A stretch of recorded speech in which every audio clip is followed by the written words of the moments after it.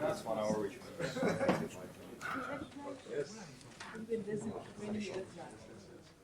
for seasoned speakers.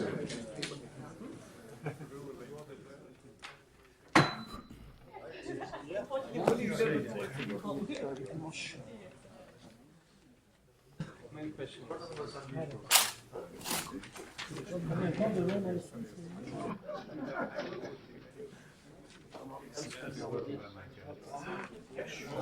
Oh, serious? You? I didn't recognize.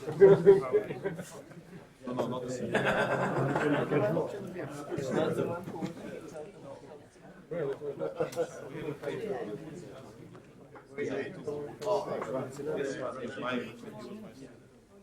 He's the guy who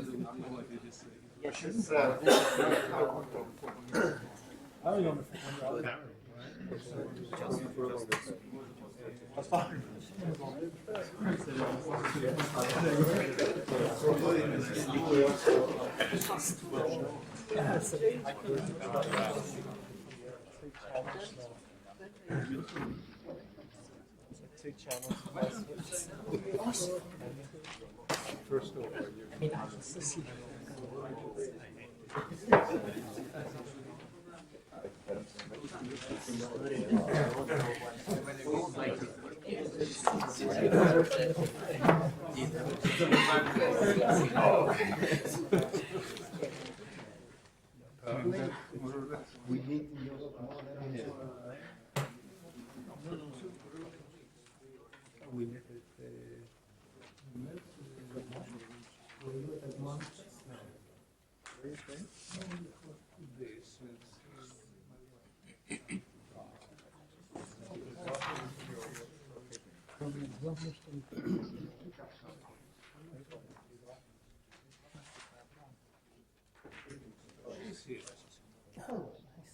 How long will you stay? How long will you stay? As David knows,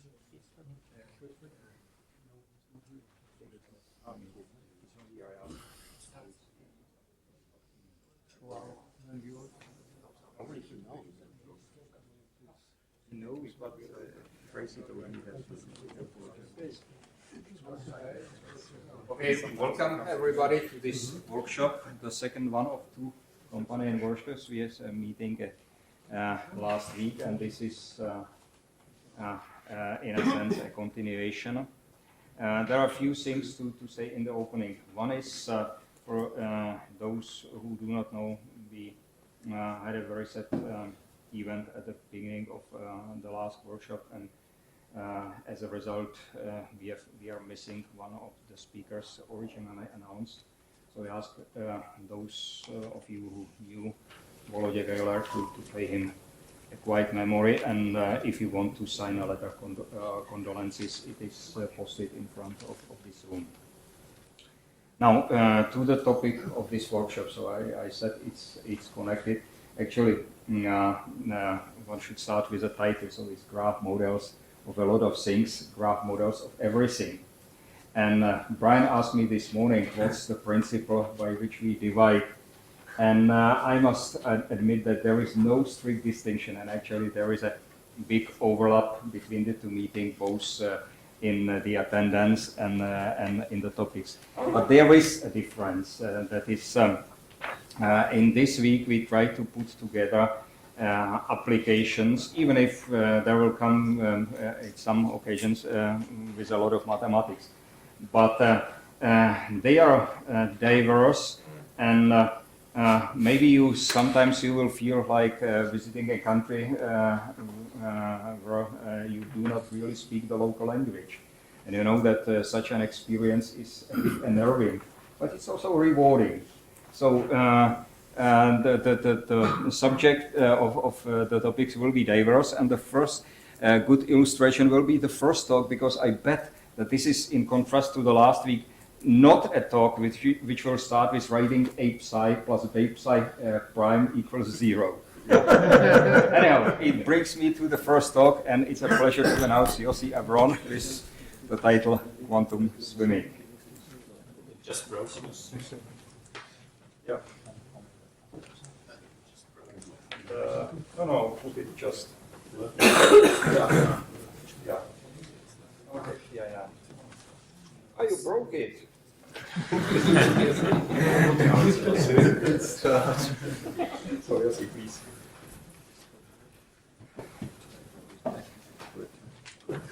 So, thank you.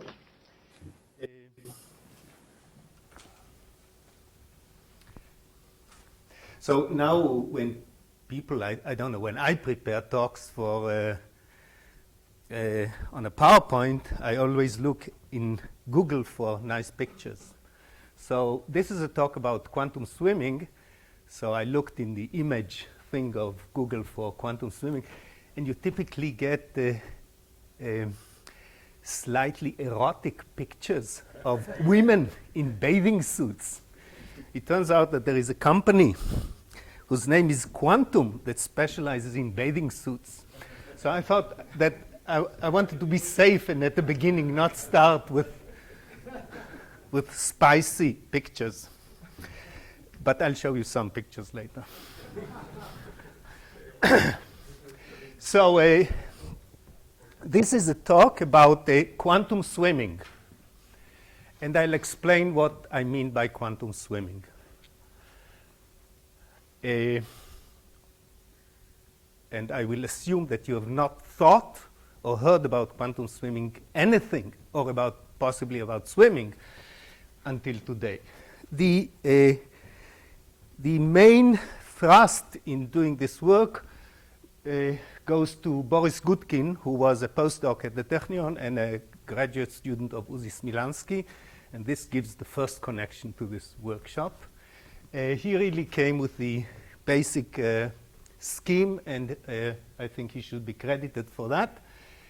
But in the work participated also David Vaknin, who was also a postdoc at the Technion. Okay, and I'm just the porte-parole.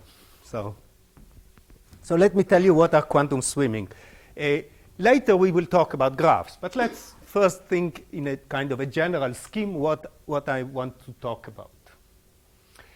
So, well, we know what is ordinary swimming. We go to the bathtub, to the swimming pool, and we put a bathing suit, and we do something, and we move. And I want to ask the question. It's really a theoretical question, and it's not motivated at the moment by experiment. But suppose I was smaller and smaller and smaller. You would make me smaller, bring me to my real size. Smaller and smaller and smaller, until at some moment quantum mechanics became relevant. How would the rules of swimming change? Okay, so how would the rules of swimming change if you are very, very small, so that the quantum mechanics becomes relevant? So you should think about, here is a situation.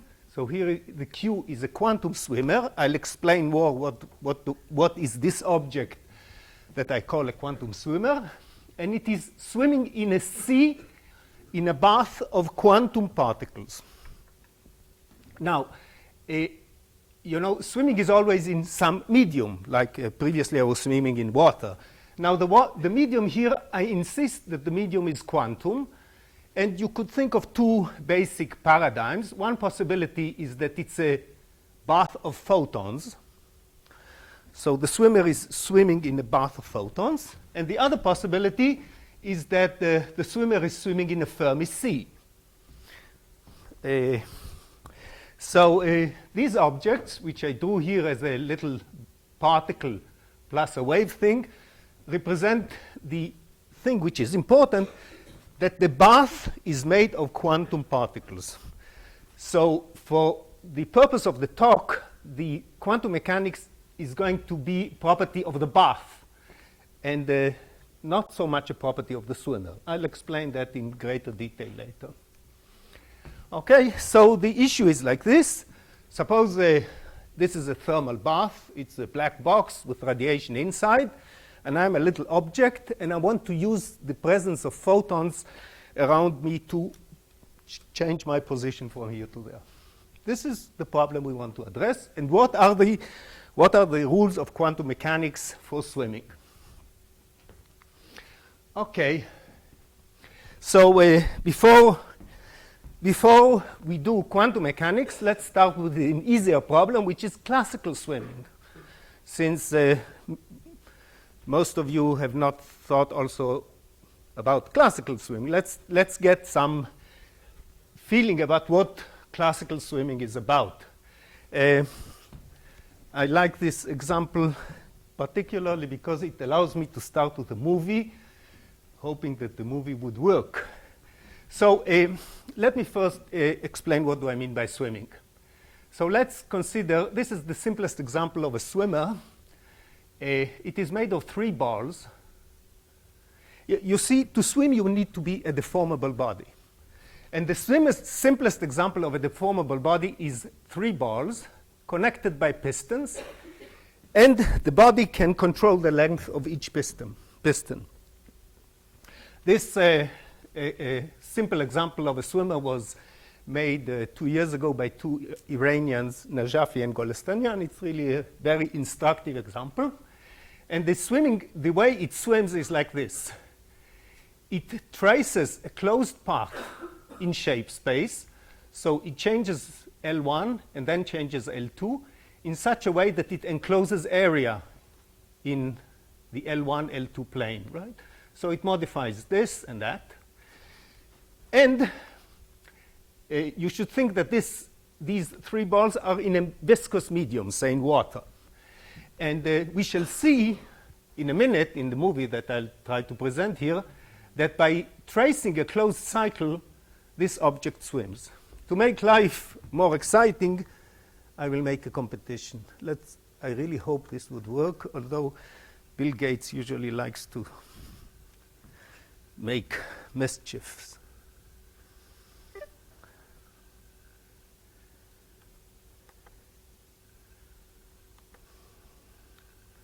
Yes, no, perhaps.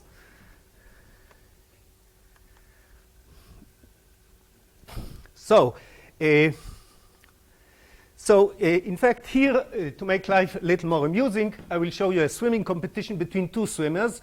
One was the swimmer I just showed you a minute ago. This is the Iranian swimmer with 3 balls, where the swimmer can control these distances.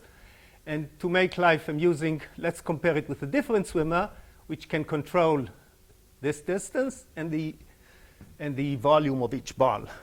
And let's make a competition. Now, in both cases, by the way, if there will be time, we questioned this swimmer and called it Push Me, Pull You, for those of you who read Mr. Doolittle. So here is a competition. You see they make a cycle in shape space, and as a consequence, they move. They translate themselves. And I'll tell you about the rules of how you swim. Okay, so, well,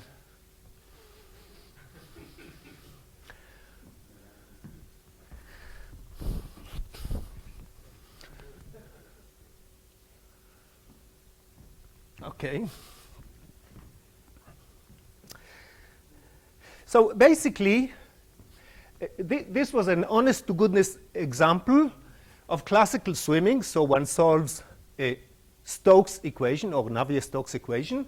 But the basic idea you should think is similar in quantum mechanics, except that I want to replace the water that you see here around by a quantum medium. Okay, let's return to business.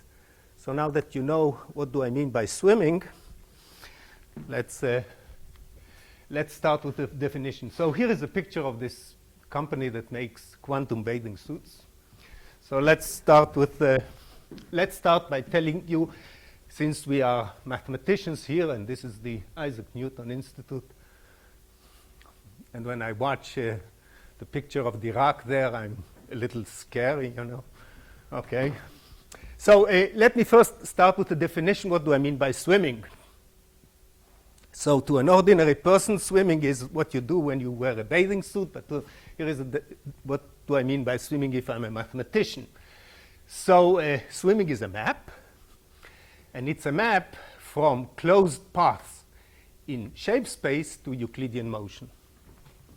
Okay, that's a good definition. Good.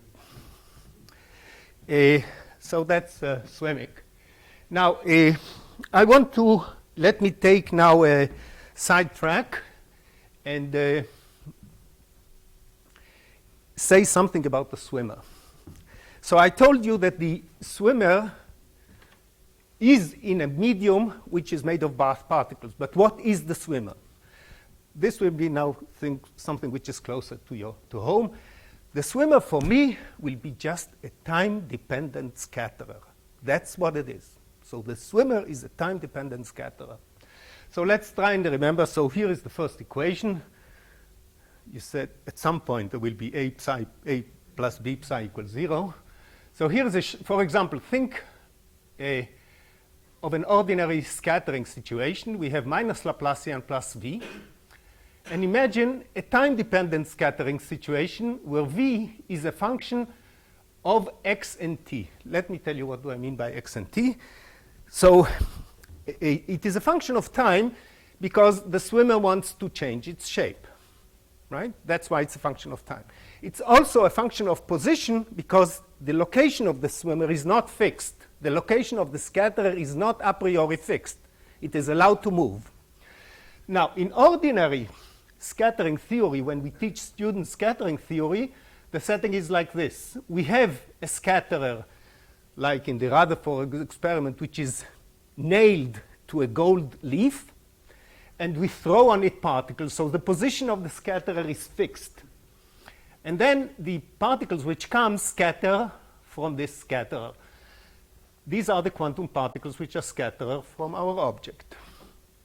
Now, I want to have a scatterer which is untethered. So remove the connection with the gold leaf.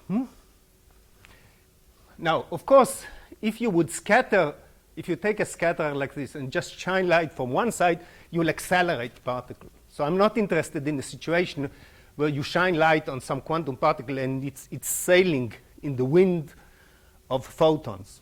I'm not interested in this. Rather, I'm interested in a situation which is shown here but not very clear. Suppose I have a scatterer sitting here, and I shine photon both from the left and from the right.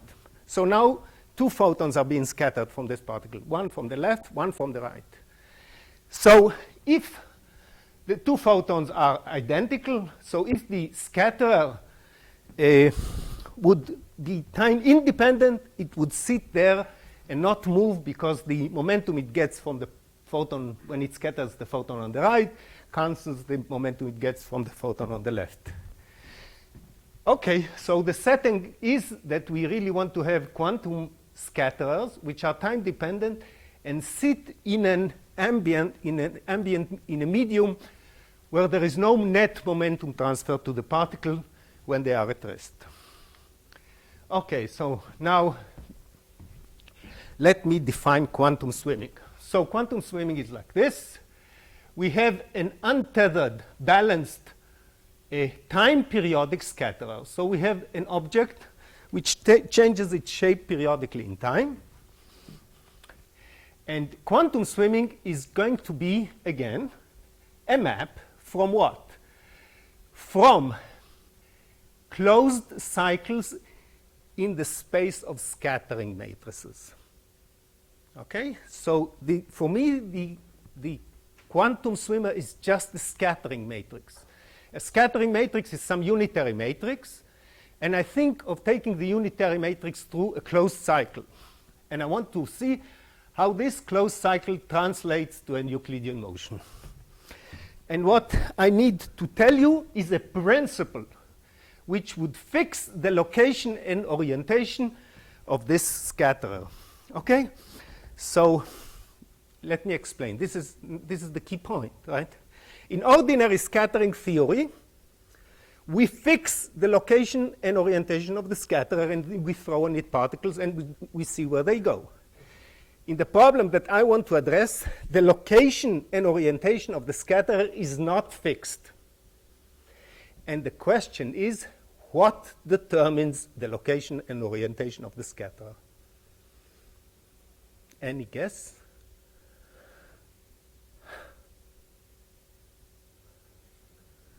Newton. We will see. It's Newton. Okay. So, good. To make contact with this workshop, let's discuss the simplest example of quantum swimming, and it is quantum swimming on a graph. And the graph will be very simple. It will be a one-dimensional line populated, if you want, by non-interacting electrons. So this is swimming in a Fermi sea at 0 temperature. So here is the setting. We have a one-dimensional line. On this one-dimensional line, leave a sea of electrons at t equals 0 at some fixed density. And so here is a particle, say an electron, which sees my scatterer, which are these 3 balls, and it wants to scatter from them, right? Okay, now, I think, okay, so this is the part you're greater experts than me. So you know that the scattering matrices, scattering matrix associated with scattering on a line, if I look at the on-shell scattering matrix, it's a 2 by 2 matrix. Why? Because energy is conserved, so I can sit on an energy shell, and I can ask what is the reflection amplitude and the transmission amplitude if I scatter from the left, and similarly, what is the reflection and the transmission if I scatter from the right. Okay, so this is a familiar object to most of you. And such a scattering matrix is parametrized by the following angles: gamma, which is an overall angle, theta, which essentially fixes the transmission probability, and alpha. This is not the most general scattering matrix. I could make it slightly more general, add one more angle, but this is the most general time reversal invariant scatterer. And now we want to ask the following question. Suppose the swimmer has the liberty of controlling theta, alpha, and gamma. So the swimmer is allowed to make a closed path in scattering matrix space. What would determine where it would find itself on the line? Yes, Uzi? Just one. Well, so far, if you have a time-dependent problem, how can you stick an on-shell scattering?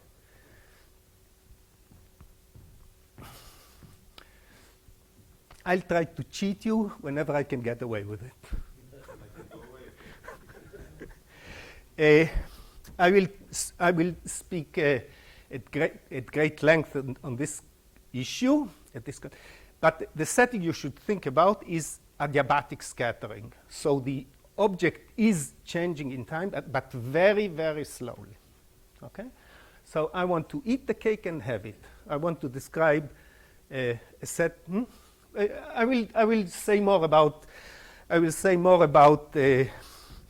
what is the scattering matrix in the adiabatic limit later. That's a good conceptual point. Okay.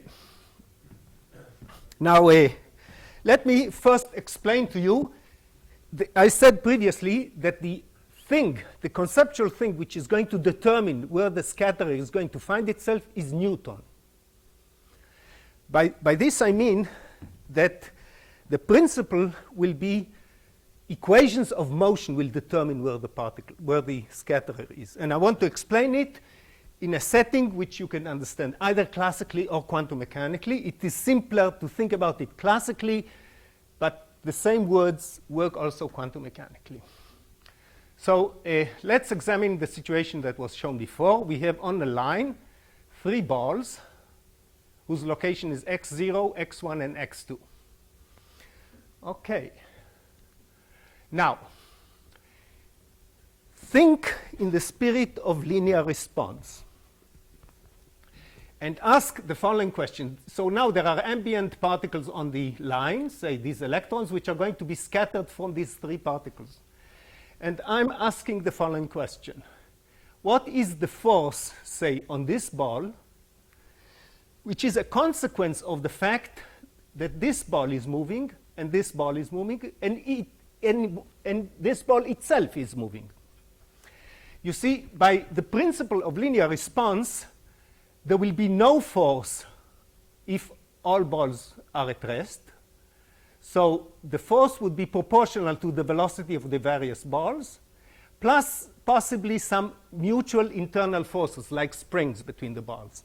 You're with me? Okay. Does it make any sense to you? This is, all I'm using here is linear response, which in the previous context ties with the issues that I'm doing things very slowly in time. So I have a small parameter. So I can do perturbation theory to first order in rates. So the force on each ball is some linear combination of the velocities of the various balls plus mutual forces.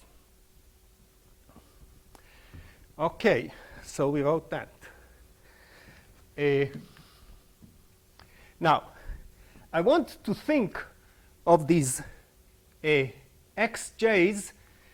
There are 3 positions for these 3 balls, and I want to think of them like this, that I just use different coordinates, right? I look at the 2 distances between the balls and say the position of the first ball. And I call these the controls, and this the response. The object can only control L1 and L2. It can only control the mutual distance between the 2 balls, but it cannot control where it is. This is going to be controlled by Newton. Now, how does Newton control it? Newton says that F equals ma. Think of a swimmer moving at constant speed. A is 0. Then the total force on the swimmer must be 0. So the equation of motion is just this, that the sum of all forces is 0. This gives a linear relation between the velocities with some coefficients. And you see we have 3 x dots. 2 of them we identify with control and 1 with a response. So we get an equation that says where the swimmer would be located as function of the rates at which things are moving. This is the basic principle. That's the basic equation that tells you how to swim, how you control, how swimming affects where you are. Now, where does classical or quantum mechanics enters in computing these coefficients, eta? Okay. Now, so let us rewrite the equation I wrote before. You see that the position of the swimmer is determined by the 2 controls by some equation like that, where eta 1 and eta 2, we will need to solve some scattering problem to find them. Now, I wrote D with a little bar in it because x does not integrate to a function on control space.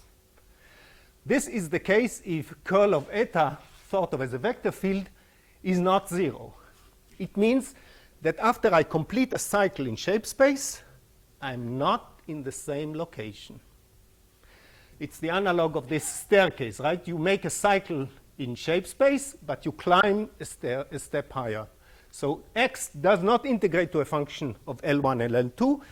It's only a relation for differentials. So the important consequence of this is that you see that in this linear response regime, swimming is always geometric. In particular, it says that the distance I swim in a stroke is independent how quickly I traverse the stroke. If I do it twice as slow, it will take me twice as long to move the same distance. In particular, I can consider the adiabatic limit, but I let myself complete a full stroke. And this is the issue I'm interested in. Okay, so it makes sense to talk about the adiabatic limit. Okay. Now I will tell you the most spectacular result in this piece of work. It's really amazing, I think. So here it is. It's going to be a result that I'll prove in, an hour is such a long time for the speaker, and such a long time for the audience. Anyway, so let me tell you the basic and truly surprising result. So we return to our swimming, which is in a one-dimensional Fermi sea. And like these three balls, it makes a stroke. And we saw by the previous analysis that rates are independent. So we can ask after a stroke, where will the swimmer find itself? And it turns out that there is a very general, universal answer, which does not depend on any details of which scatterer, what scattering matrix, or anything. The only assumption we need is that the scatterer sits in a one-dimensional Fermi sea at t equals 0. And it turns out that after a stroke, the swimmer always finds itself displaced by a multiple of a quantized amount. So if the swimmer makes a little stroke like this, it doesn't move at all. If it increases the stroke like this, it still doesn't move. But if it increases it enough, it moves by a quantized amount.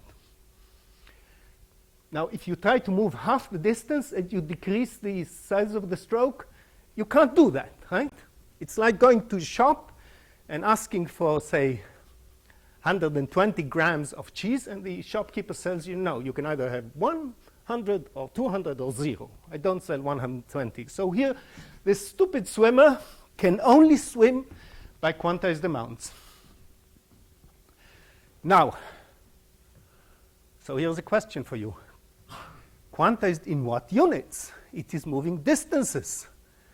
How can you, from this problem, concoct something which has the dimension of length? By the way, this is a quantum result. It's only, this is not true for a classical swimmer. So this is why it's quantum. Anybody willing to guess? David, yes? Right, there is one natural wavelength in this problem, which is, but by the way, you got it wrong. But there is one natural wavelength in this problem, which is the wavelength at the Fermi sea, right? This dictates the last energy, which is, but it's half this distance.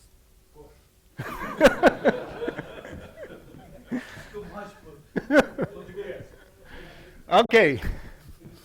So it turns out that after each stroke, the swimmer finds itself displaced by an integer multiple of half the Fermi wavelength. It can either move to the left or move to the right, move 5 times this, 2 times this, but always integer multiples of half the wavelength.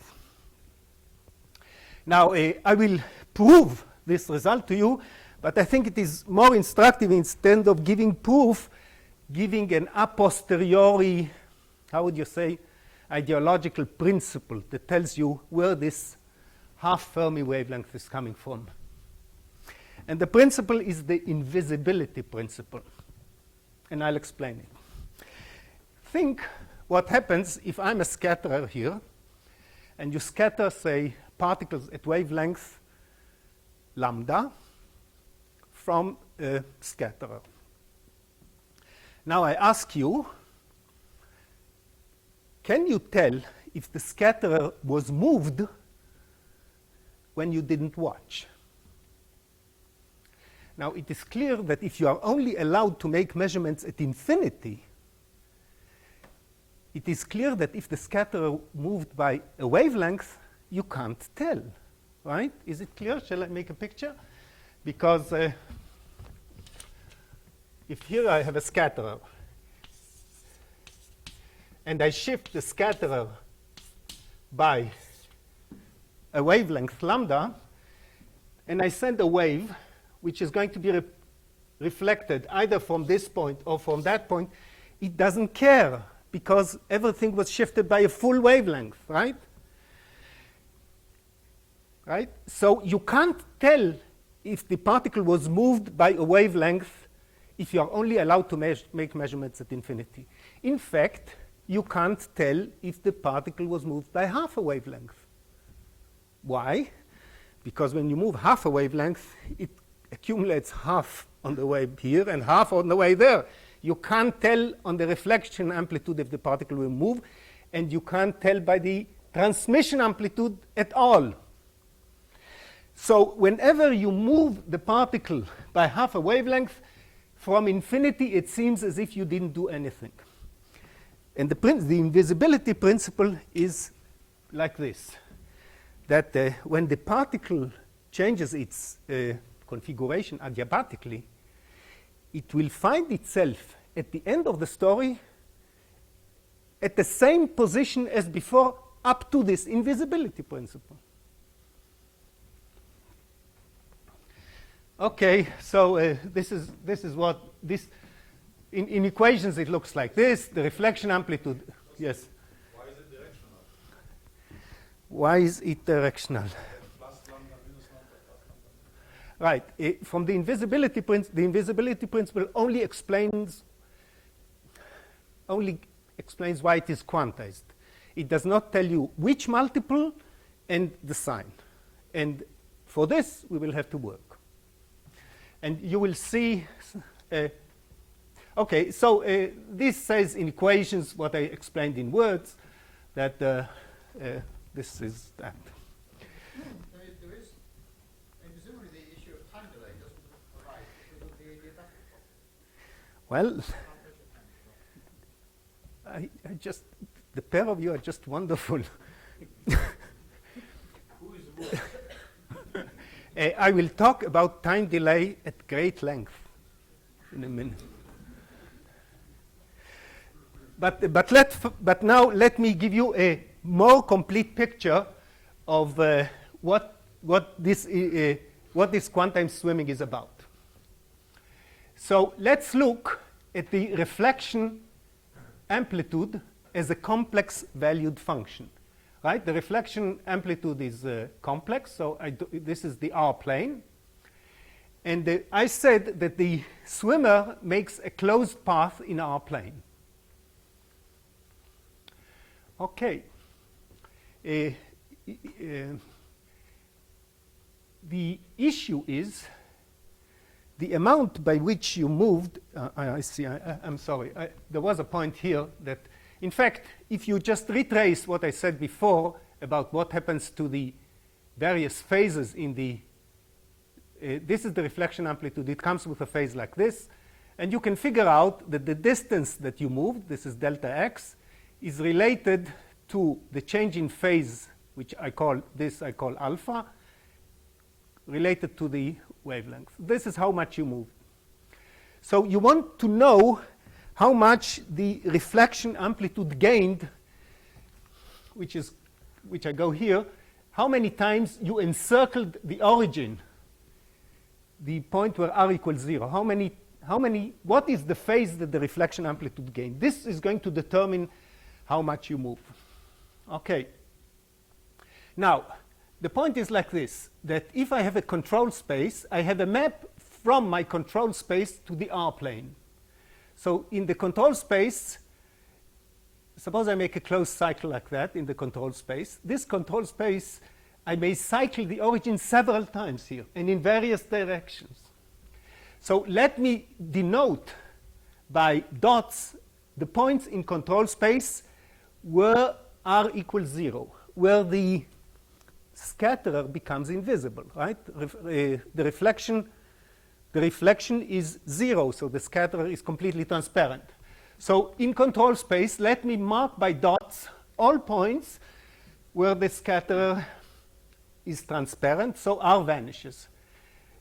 As you enclose each of these points, you accumulate a phase of either plus 2 pi or minus 2 pi. The amount by which you move when you cycle the cycle is just collecting all these residues. Okay? So this is how you compute. So the problem is a little bit like, you can think of it like this, that in control space there is a magnetic field with Bohm-Aharonov fluxes at points, and you ask how much flux you accumulated. So that's the in some sense, it's an analog of that. And it is interesting that in order to swim, you must enclose points where the swimmer is transparent. Okay, I think all those of you who did in their history in the scattering theory know that points of transparency play an important role. Okay, now let me tell you a little bit about some toolboxes. Some of the ideas here are borrowed from works of Butiker, work I did with Elgard Graf and Lorenzo Sadun and various other people. So now we come to the question of Brian Davis. Okay, so if you consider scattering matrices, Wigner and his student whose name I forgot, Eisenbahn, right, realized that if you look at the on-shell scattering matrix, you can construct a Hermitian matrix from a derivative of the scattering matrix with respect to energy multiplied by S adjoint. And this Hermitian operator they identified as time delay. And roughly, you should think of it as the amount of time the scatter particle spends on the scatterer. It is true that this is a matrix, so it has it is characterized at least unitarily by its eigenvalues, so there is not just one number, there are several numbers, but I don't want to get into that. Now, suppose, and I will speak more about this point that was raised by Uzi Smilansky, suppose I'm considering a scatterer which is like that. The scatterer is changing in time very slowly. What does it mean slowly? I have a scattering particle, so a scattering particle leaves the scatterer with this time delay business, and during this time the scatterer almost did not change. Okay, so the scatterer is changing very slowly on the time scale at which these particles at the Fermi energy pass. It is almost fixed. So in this case, I'm allowed to think of the scattering as if it is time independent. And then time, I think of time is just as a parameter, right? At what configuration did the scattered particle meet this scatterer? This is what time is. And I can think in this case of the scattering matrix as function of two variables, the energy and time. It is better to think of time just as a label of the configuration of the scatterer. Well, there are experts in adiabatic theory like Mr. Teufel here. I think I don't have to explain this to them. So in the case that you think now of the scattering matrix not only as a function of energy, the on-shell energy, but also as a function of time, there is a second operator that you can construct, which is I, the derivative of the scattering matrix with respect to time, times S dagger. This has, by dimensional analysis, the dimension of energy, and this concept was called energy shift, and it was introduced by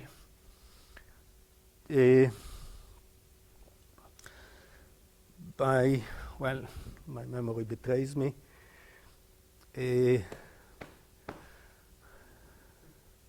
No, it's not here, so I don't. Well, when it comes back.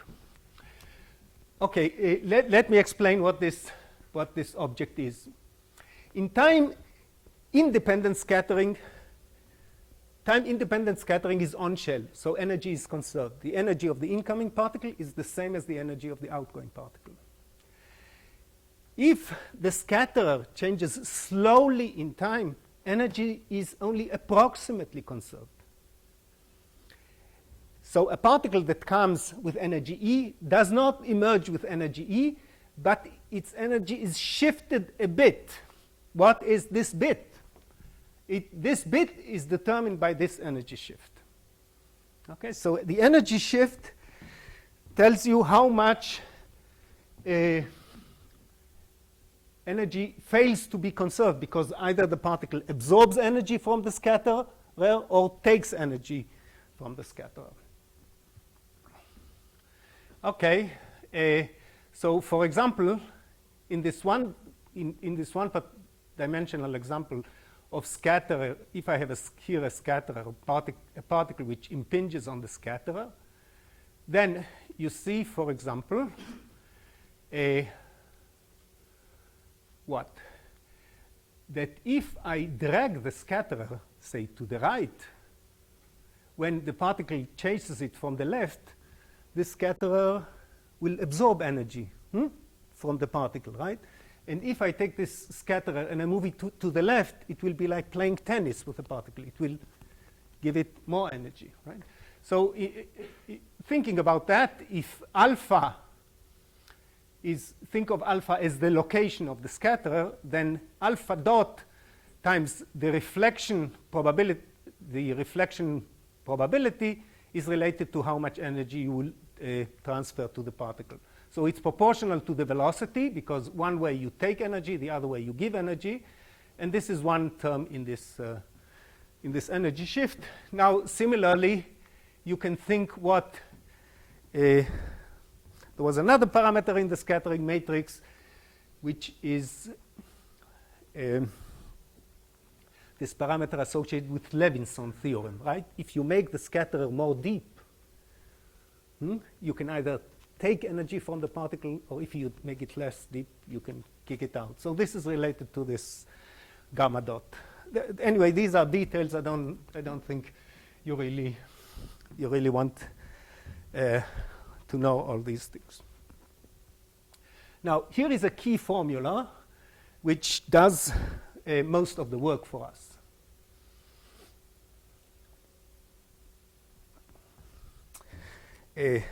Now, this is now getting...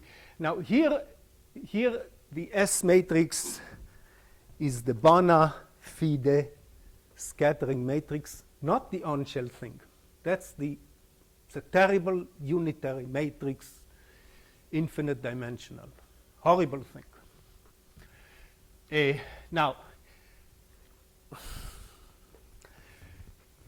you see, in scattering theory,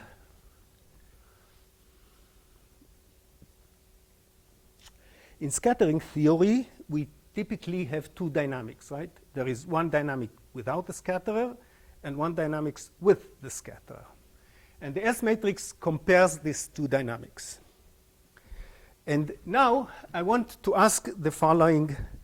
What happens? You see, what is the difference between the situation where the scatterer is time dependent and the scatterer is not time dependent? You see, the point is that if the scatterer is time dependent, you don't get one scattering matrix, but you get a family of scattering matrices which depend on time according to this formula. Let me explain. So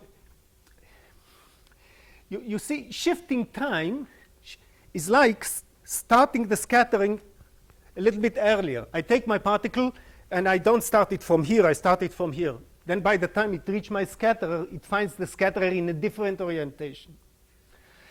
So the scattering matrix has a time parameterization which depends on a choice of like a gauge choice of a fiducial time.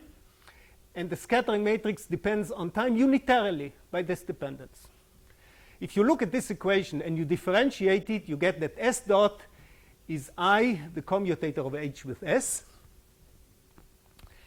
And in particular, in the case that H commutes with S, so scattering is time independent, then S dot is 0 and energy is conserved. This commutator would be 0. But we are considering a situation where H does not commute with S, and therefore there is a unitary family here. And this relation, you can reorganize it in the form that SH, S dagger is H plus epsilon. That's an identity. And epsilon is precisely this energy shift that I introduced before. Yeah. No, H is the comparison dynamics, which is independent of the, doesn't see a scatterer. H is usually what we call H0. So it should be the asymptotic. That's right. H is just what everybody calls H0. And I didn't put the 0 because I did not expect any of you to be alert towards the end of the talk. Okay, so now let's look at this equation. What does it say? It says that conjugating with the S matrix is like shifting the energy. I mean, this has a natural interpretation, right? It says that there is a time-dependent scattering situation. If you want to know what happens to the energy was shifted by epsilon. By the functional calculus, this would say that for any function of h is the H0, the unperturbed dynamics. If you want to look how rho out is related to rho in, it is just shifting rho h by epsilon. Now notice that these are functions whose arguments are operators, huh? But this, I think, you can swallow. Now in the adiabatic limit, epsilon is a small quantity. And if I expand, I get that rho out is rho in minus rho prime times epsilon. This equation is interesting. I know you're all too tired by now, but look, if you come back to this example of scattering from a Fermi C at t equals 0, then how does rho as function of h look? It's a function like so, right? All states are populated up to the Fermi energy, and above it are not. So rho prime is a delta function. This says, this is the reason why only the Fermi energy contributes to the scattering, to the story that I told you before. Okay, so in particular, now let me write some formulas for those of you who want to see formulas. So the idea is like this. We now use the fact that we have a scattering matrix and try to compute when the scatterer moves, how much momentum it transfers to the medium. Okay? And, and using these equations and these objects that I defined below, you find that this is a true identity, that the rate of momentum transfer to the medium is determined by rho prime. So for the thing I described, it's only determined by the Fermi velocity times the trace of epsilon times p, where p is this matrix and epsilon is the energy shift. And now it is again on the energy shell. I switch between on the energy shell, off the energy shell, as it is convenient for me. And the swimming equation, what is the swimming equation? The swimming equation is the statement that there is no net force on the swimmer, right? We saw that before. But this is just the flip side of the statement that the swimmer is not allowed to transfer momentum to the medium. So we write the equation for momentum transfer for the medium, and we say this is supposed to be 0. This gives me an equation for one unknown. What is the one unknown? The position of the scatterer, how it is moving. Okay? So the scattering, when you work this out, you find that the position of the scatterer x dot is given again by a formula of this type, where eta was determined by the equation before. So, but basically, the main message you should come up with is that the basic equation is that in ordinary scattering theory, what is fixed is the location of the swimmer and its orientation. In swimming, what is fixed, that there is no force or torque acting on the swimmer, or alternatively, that the swimmer does not transfer either momentum or angular momentum to the medium. Okay, now here come the conceptual issues. And here I wanted to discuss a little bit what does it mean to talk about Shatnez, about the scattering matrix being both a function of position and momentum. I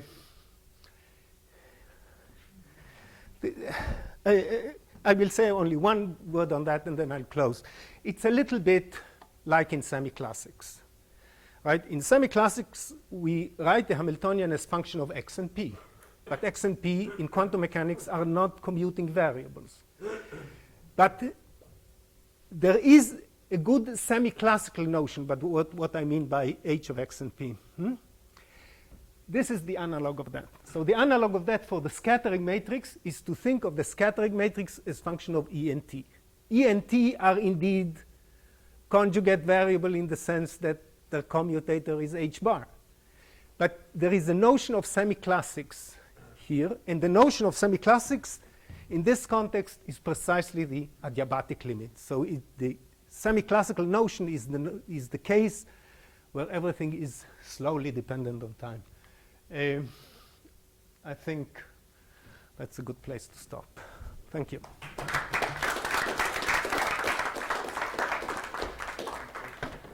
Questions, please.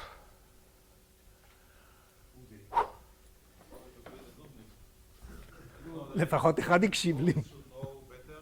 The- This is a transparency principle. You remember that whenever there is an eigenvalue of the S matrix which is equal to 1, then which is transparency, it corresponds to an eigenvalue in the interior of the swimmer or the bottle. That's right. Mhm. Suppose your swimmer were now a string which you can change the length of or any parameter thereof, let us say the spring constant. And then when you move it, what will happen is that the spectrum will shift. And whenever a spectral point will reach your momentum outside, the S matrix will have a transparency 1. It will be transparent. How is this coming into your swimming? You should ask Boris. No, I'm saying.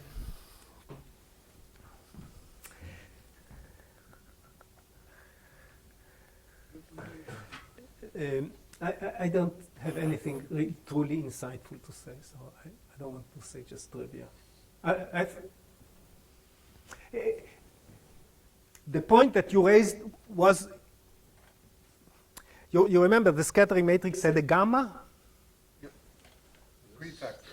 A prefactor. This is what you are describing is precisely what this gamma does. So, but I have nothing beyond that to say. Okay, more questions? Because this gamma is essentially the phase shift, because if you take the determinant of the S matrix, then you get the phase shift. Right. Okay, So the derivative of the phase shift is, so to say, the total time delay. The derivative. Averaged over all, so to say, average. No, the derivative of the phase shift, total phase shift with respect to time is the energy shift. With respect to energy. With respect to energy, it gives the total time delay, and with respect to time, it gives the energy shift. But It shouldn't has- this be a geometric factor? If this is this gamma a geometric factor? I mean, it is reminiscent of what you're applying quantum adiabatic theorem. So it's reminiscent of what happens when you complete a cycle and various phase or something like that. So Yes, it is all right. You're right. These are all these are the cousins of Berry's phases, if you want, in the context of scattering theory, rather than Berry's phases normally arise in the context of a Hamiltonian with discrete spectrum.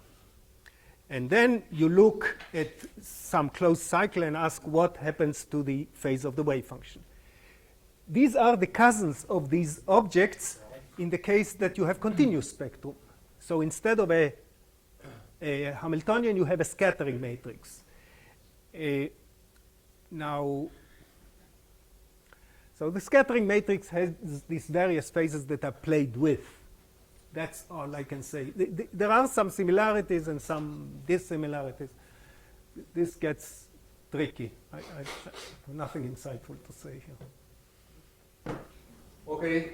If nobody wants to contribute more to this discussion, let's thank somebody again.